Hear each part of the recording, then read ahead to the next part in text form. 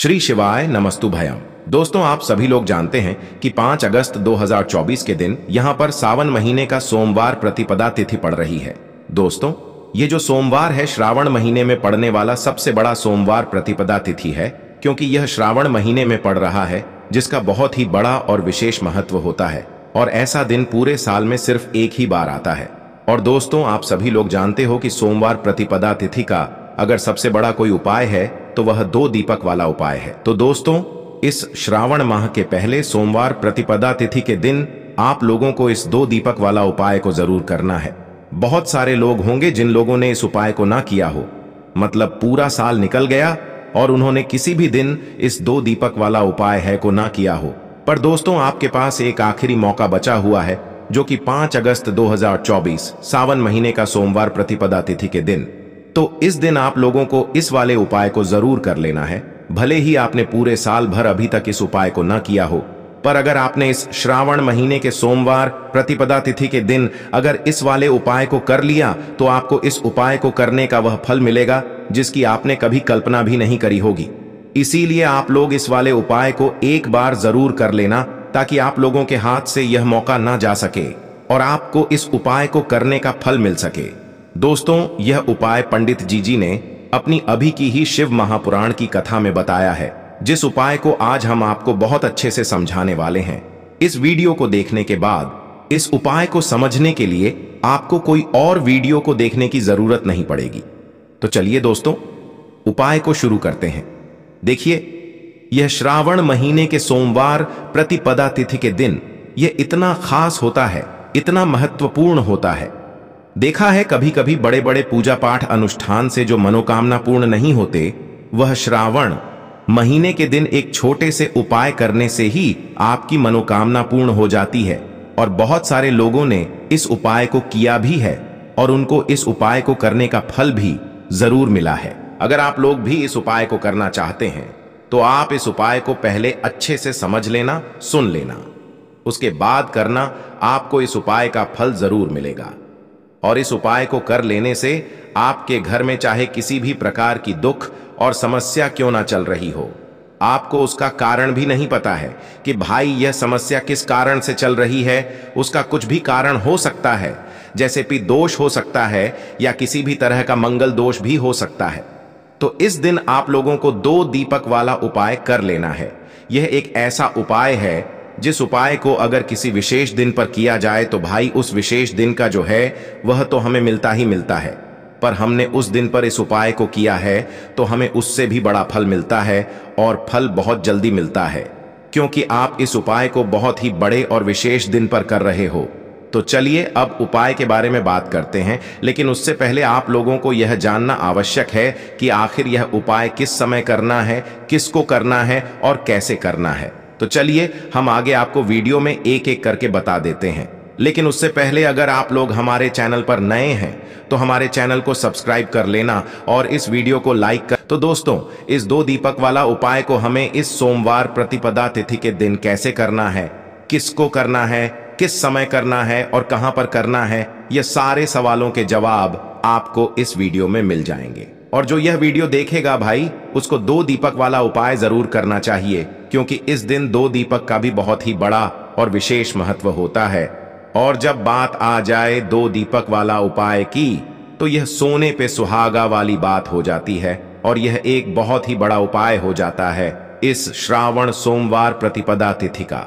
तो अब दोस्तों, इस 2 दीपक वाला उपाय को आखिर करना किसको है, सबसे पहले हम लोग वह बात जान लेते हैं।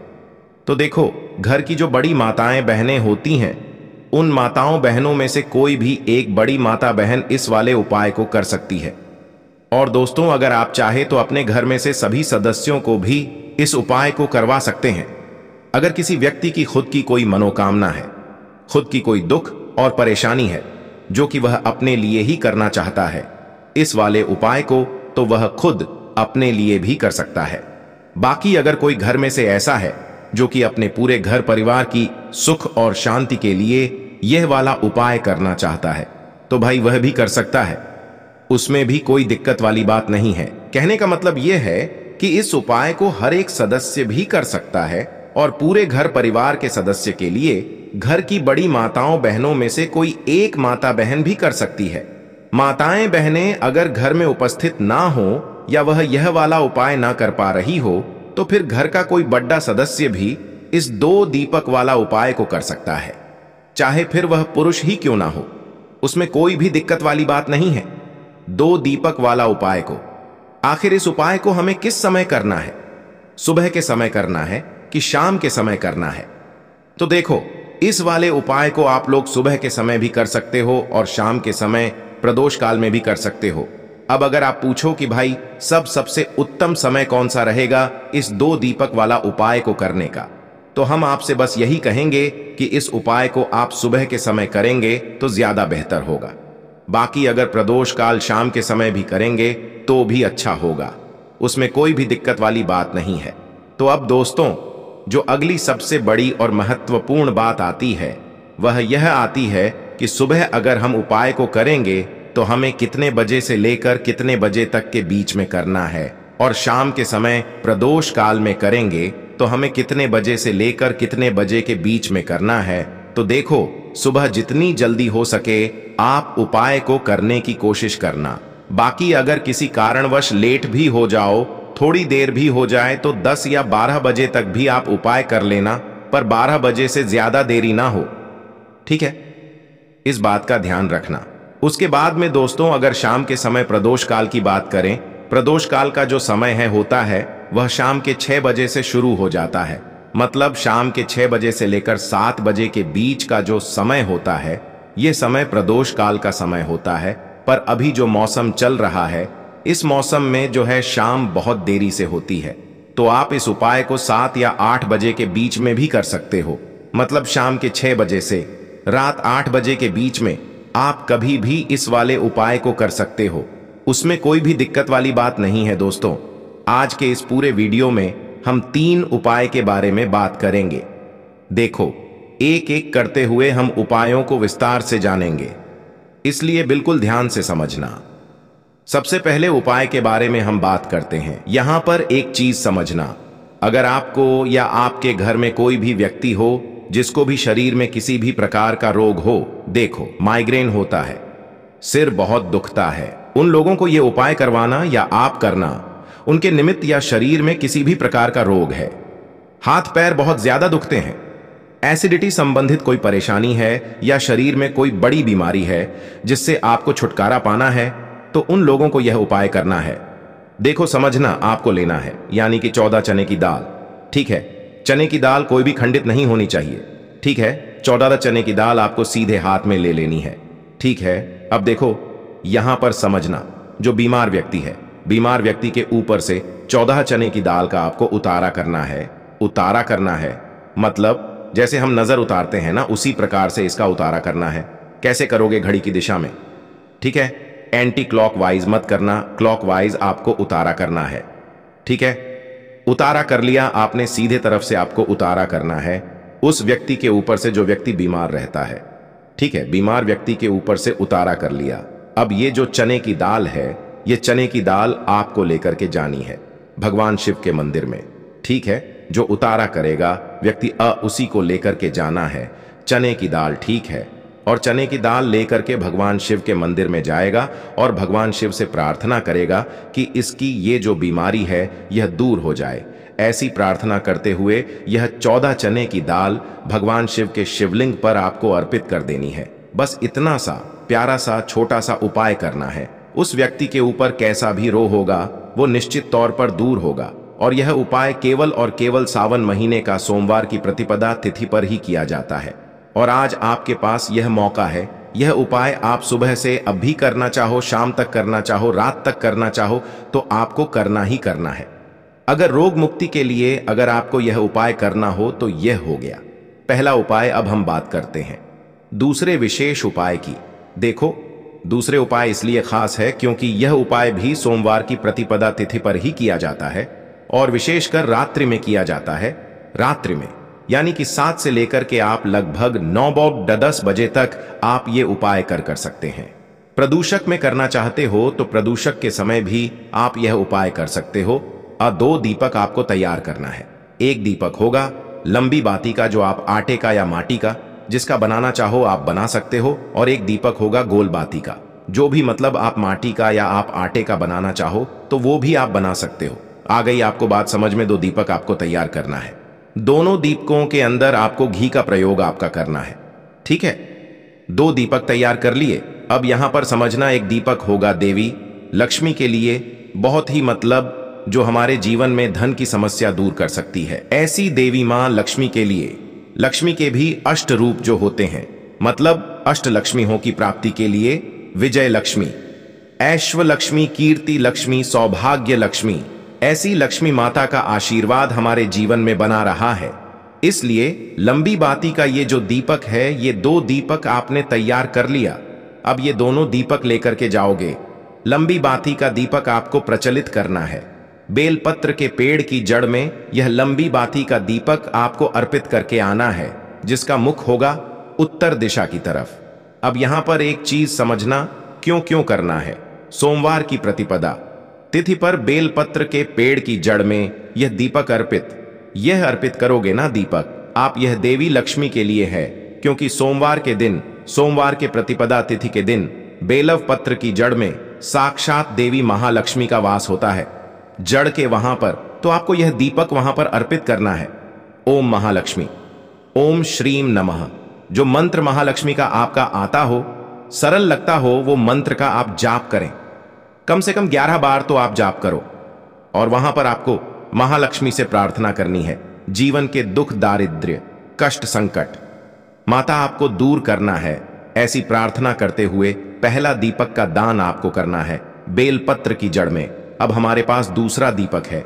यह दूसरा दीपक आपको कहां पर अर्पित करना है? आपको जाना है भगवान शिव के मंदिर में, और भगवान शिव के मंदिर की जो चौखट है, चौखट के सीधे तरफ आपको यह दूसरा दीपक प्रज्वलित करके आना है।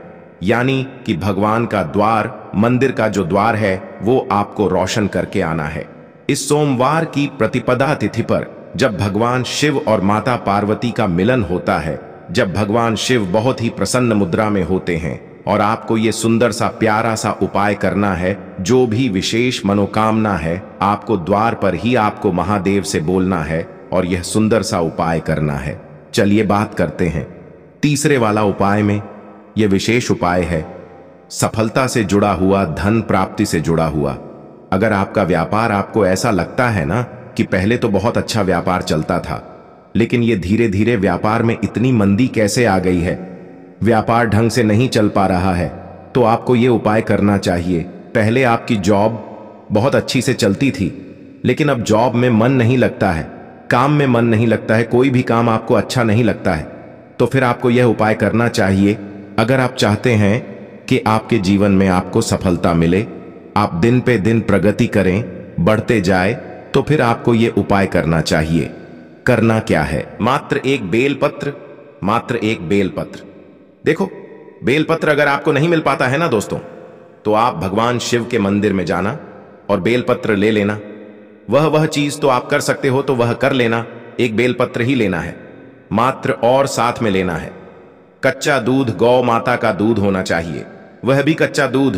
अब यहां पर समझना, कई लोगों के यहां पर गौ माता को दूध नहीं मिल पाता है, तो फिर वह क्या करेंगे? तो वह इस उपाय को नहीं करेंगे, क्योंकि पूज्य गुरुदेव ने स्पष्ट रूप से बोला है। तो फिर गौ माता का ही दूध आपको लेना पड़ेगा, और बहुत प्यारा सा उपाय है। सोमवार के प्रतिपदा तिथि पर ही किया जाता है। समझना, गौ माता का दूध भी ऐसा नहीं कि हमको आधा कटोरी चाहिए या 1 कटोरी चाहिए, नहीं, सिर्फ बिल्कुल समझ लो, आप 1 बूंद भी मिल जाएगा ना तो भी काम हो जाएगा। तो कम से कम 1 चम्मच तो आपको लेना ही लेना है।